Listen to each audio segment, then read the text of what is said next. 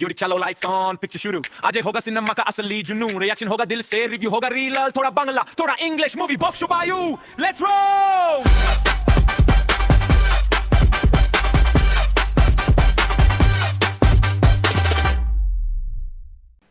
Hi everyone, welcome to movie Baap reaction channel. तो जैसे कि आप जानते हैं, इस चैनल पे हम लोग मेनली मूवीज और म्यूजिक रिलेटेड वीडियोस पे रिएक्ट करते हैं, उस पे रिव्यू शेयर करते हैं। तो आज कुछ ही घंटों पहले एक मूवी का ट्रेलर रिलीज किया गया है। तो ये मल्टीपल लैंग्वेजेस में रिलीज करने वाला है। जैसे कि पता है, ये हिंदी में भी होने वाला है, तेलुगु, तमिल और मलयालम, सारे साउथ के लैंग्वेजेस में भी ये रिलीज करने वाला है। तो चलिए टाइम वेस्ट ना करते हुए मूवी पहले ट्रेलर देख लेते हैं, उसके बाद अपना रिएक्शन अपन शेयर करेंगे। ठीक है, चलिए।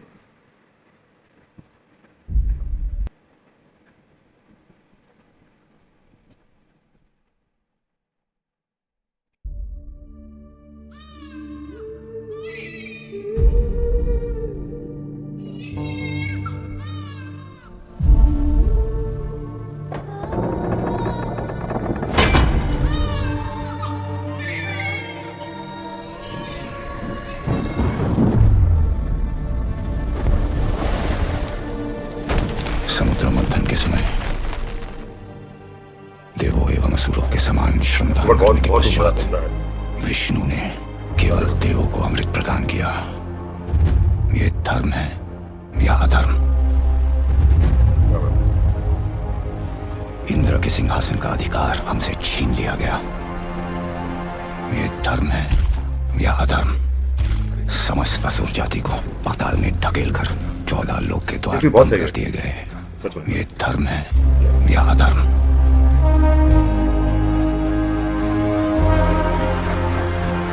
सब जैसा दिख रहा है, पता नहीं। केवल 14 दिनों में असुरों का विजय घोष हमारे कानों में गूंज उठेगा। सदैव के लिए असुरगण मुक्त हो जाएंगे। क्या बात है।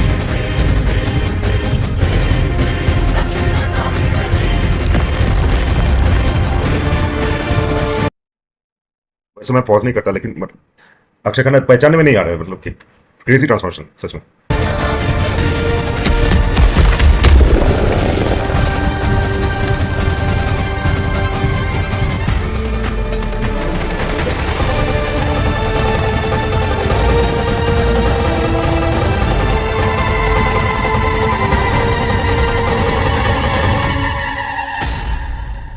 रक्त बीज मानव जाति का सर्वनाश कर दो। ठीक है।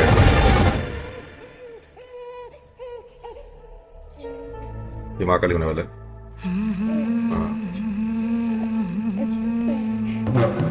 वाह।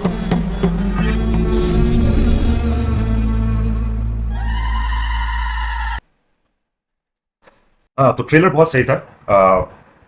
जैसे कि आपको पता ही है कि अक्षय खन्ना, मतलब ये इस ट्रेलर का जो मेन अट्रैक्शन है वो अक्षय खन्ना है। इसमें कोई दो राय नहीं है। इस ट्रेलर का मेन अट्रैक्शन तो अक्षय खन्ना ही है।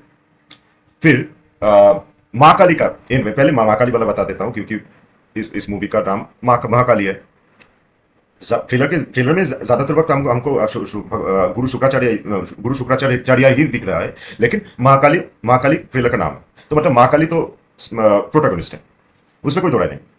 अभी वो जो सीन है एंड में, जब महाकाली बच्चे को गोद में उठाती है, फिर उसको सुलाने की कोशिश करती है। बीजीएम बहुत सही था, मतलब गूज़बम्प्स आ रहे थे सच में। वैसे ये देखिए गूज़बम्प्स आ रहे हैं। वैसे मैं ऐसे नहीं दिखाना चाहता, लेकिन सच में गूज़बम्प्स आ रहे थे। फिर पीछे से वो चारों हाथ निकल जाता है, मतलब उनका महाकाली के चारों हाथ पीछे से रिवील होता है। तो वो दिखने में मतलब एक्स्ट्राऑर्डिनरी लग रहा था। बहुत सही था, बहुत सही था। वो देखने में एक्स्ट्राऑर्डिनरी लग रहा था। तो वो पार्ट तो एकदम मतलब छोड़ ही दीजिए, वो तो अल्टीमेट है। मतलब जिस पॉइंट पे ये ट्रेलर खत्म होता है वो क्लाइमैक्स पे खत्म होता है। क्लाइमैक्स मतलब जहां पर ग्राफ एकदम एक्सट्रीम लेवल पर रीच कर जाता है। तो वो सही में एंड में एक्सपेक्टेड है कि एंड में वो क्लाइमैक्स हिट हो, और वो हुआ इस ट्रेलर पर। तो वो बहुत सही था। ग्राफिक्स के बारे में अगर बात करूं तो रामायण 4000 करोड़ पे उसके हिसाब से जो ग्राफिक्स है कुछ ऐसे है कि मतलब ब्लड दिख रहा है। वो राजा दशरथ के फेस वो थोड़ा सा ब्लड दिख रहा है। आग वगैरह वो सब मतलब फायर वगैरह वो सब थोड़ा सा आर्टिफिशियल दिख रहा है। जो नॉर्स माइथोलॉजी वाला जो मतलब पहला फर्स्ट लुक में जो दिखा था वो राक्षस, वो नॉर्स माइथोलॉजी वाला कैरेक्टर दिख रहा था, वो इंडियन नहीं दिख रहा था। बहुत लोग कॉम्प्लेन भी किए थे, तो उसको भी थोड़ा सा इंडियनाइज किया गया है, लेकिन फिर भी तो वो वीडियो गेम वाला वाइब आ रहा है। मतलब 4000 करोड़ के हिसाब से ये मतलब सारे के सारे फ्रेम एकदम एक्स्ट्रॉर्डिनरीली रियल दिखना चाहिए, जैसे कि हैरी पॉटर में होता है, लॉर्ड ऑफ द रिंग्स में होता है, वैसा दिखना चाहिए। तो वो नहीं हुआ। अभी भी टाइम है, मतलब रिलीज होने का बहुत टाइम है, लेकिन वो मतलब एक कॉस्ट टू रिटर्न रेशियो या मतलब कॉस्ट के हिसाब से जो हाई एक्सपेक्टेशन है वो थोड़ा सा फीका पड़ गया। लेकिन यहाँ पर बजट कितना होगा मैंने चेक नहीं किया, मैं अभी चेक कर लेता हूँ। लेकिन उसका बजट रामायण वाला मूवी से के हिसाब से कुछ भी नहीं है बजट। लेकिन क्या सही ग्राफिक्स है, क्या सही ग्राफिक्स है। मतलब ट्रेलर तो थोड़ा सा पार्ट है, मतलब थोड़ा फ्लैशबैक्स वगैरह दिखा रहे हैं। तो मूवी में पूरा मूवी ऐसा हो तो मतलब क्या ही बात होगा, मतलब पूरा पैसा वसूल। और अगर इस मूवी में 100 करोड़ भी खर्चा हो गया तो ये 10 टाइम्स रिटर्न कर सकता है। मेरा एटलीस्ट प्रेडिक्शन ऐसा है। मुझे मतलब होना चाहिए, लेकिन इसमें कोई अक्षय खन्ना वैसे अक्षय खन्ना बहुत अच्छे एक्टर है, और अभी तो वो सुर्खियों में है। अक्षय खन्ना सुर्खियों में है, सबको पता है कि बतौर नेगेटिव कैरेक्टर्स मतलब बतौर विलन वो मतलब फाड़ फोड़ रहे हैं एकदम बॉक्स ऑफिस में। सबसे पहले वो क्या छावा से पहले भी वो बहुत रिटर्न किए थे, इत्तेफाक वगैरह बहुत सारे मूवीज किए थे, तो उसमें भी बहुत अच्छा काम किया, लेकिन इतने सुर्खियों में नहीं थे वो।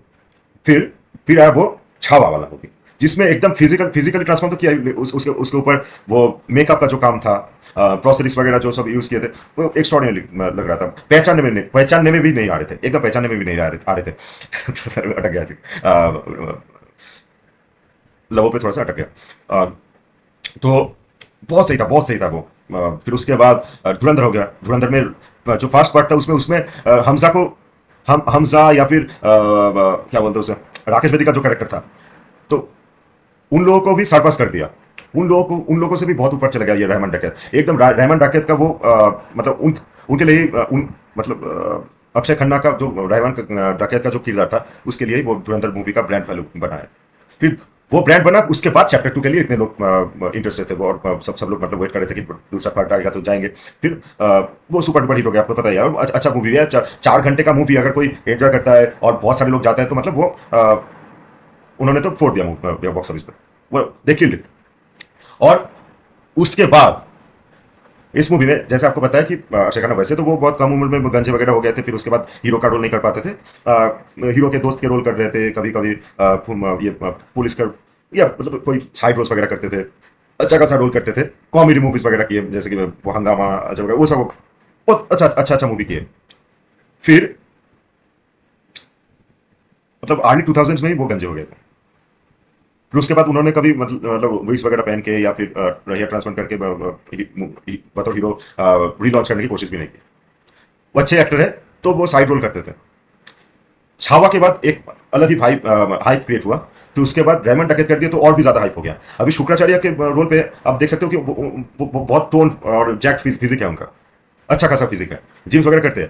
लेकिन इस मूवी में वो थोड़ा सा घटा दिए, मतलब और भी ज्यादा बिलीवेबल है। जैसे शुक्राचार्य तो बहुत मतलब वैसे तो वो असुरों का गुरु है, लेकिन असुरगणों का गुरु है, लेकिन वो है एक एजेड मैन, एक बूढ़ा आदमी है। और बूढ़ा आदमी को अगर मतलब ऐसे हल्क जैसे फिजिक बना देंगे तो वो सही नहीं दिखता है। माइथोलॉजी में हो सकता है लेकिन वो सही नहीं दिखता है, तो वो थोड़ा सा घटा लिया अपनी फिजिक को और बहुत रियलिस्टिक लग रहा है और पहचानने में भी नहीं आ रहे हैं। इस मूवी में भी मतलब जैसे कि औरंगजेब की बतौर औरंगजेब भी हम उनको पहचान नहीं पा रहे थे, तो इसमें भी पहचानने में नहीं आ रहे थे। और ग्राफिक्स में थोड़ा सा मतलब वो कुछ सीन्स ऐसे है जिसमें थोड़ा सा लग रहा है कि मतलब ये और बेहतर हो सकता था, हो सकता है बाद में कर ले, लेकिन बजट के हिसाब से देखा जाए तो ये बहुत सही है। और मतलब उतना मैं इसमें से कोई गलत अनफ शनफ चीज़ें नहीं बताना चाहता। ये एकदम होलसम ट्रेलर था। 5 में से अगर मुझे स्टार देने को बताया जाए तो मैं इसको 4.5 स्टार देने वाला।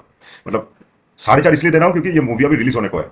वैसे तो मुझे पक्का यकीन है कि ये मूवी अगर बाद में निकल गया, फिर मतलब रिलीज हो गया, फिर उसके बाद देखेंगे तो वो 4.5 भी 5 हो जाएगा। मुझे ऐसा लगता है, मतलब मेरा गट फीलिंग्स ऐसा बोल रहा है।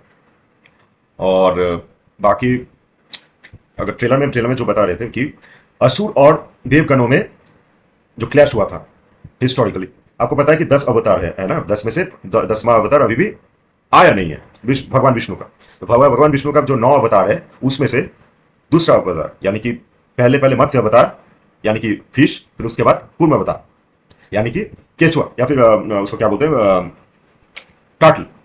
फिर उसके बाद आता है बड़ा अवतार, फिर उसके बाद आता है नरसिंह अवतार, फिर उसके बाद वामन अवतार, फिर उसके बाद आता है परशुराम, भगवान परशुराम, उसके बाद भगवान राम, फिर उसके बाद द्वापर में भगवान कृष्ण, फिर उसके बाद बुद्ध को भी नाइन्थ अवतार माना जाता है।